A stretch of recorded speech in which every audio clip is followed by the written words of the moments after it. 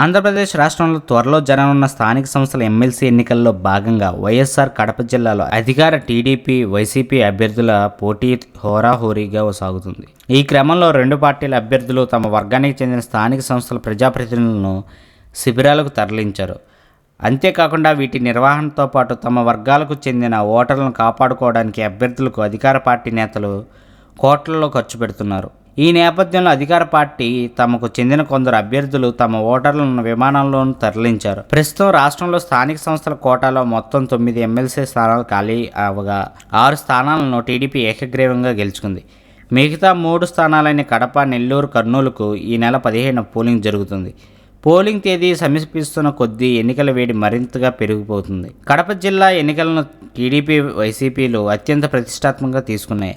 అక్కడ టీడీపీ అభ్యర్థిగా బీటెక్ రవి, వైకాపా నుంచి వైఎస్ వివేకానందరెడ్డి పోటీ చేస్తున్నారు. ఎట్టి పరిస్థితుల్లో ఈ స్థానాన్ని గెలిచి తీరాలని పట్టుదలతో టీడీపీ శక్తియుక్తుల్ని కూడగట్టుకుంది. ఈ క్రమంలో టీడీపీ ఇటీవల తమ వారిని పాండిచ్చేరికి తరలించింది. అక్కడ వారితో ముఖ్యమంత్రి, టీడీపీ జాతీయ అధ్యక్షుడు చంద్రబాబు మంగళవారం వీడియో కాన్ఫరెన్స్ ద్వారా సంభాషించనున్నారు.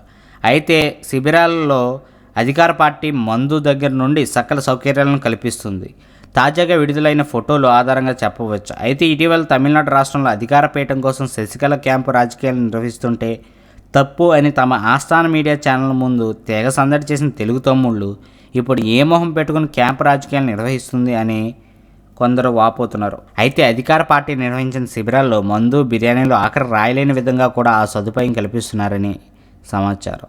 ఏం చేసినా రాజకీయమే కదా అని అంటున్నారు రాజకీయ విశ్లేషకులు. అది సంగతి.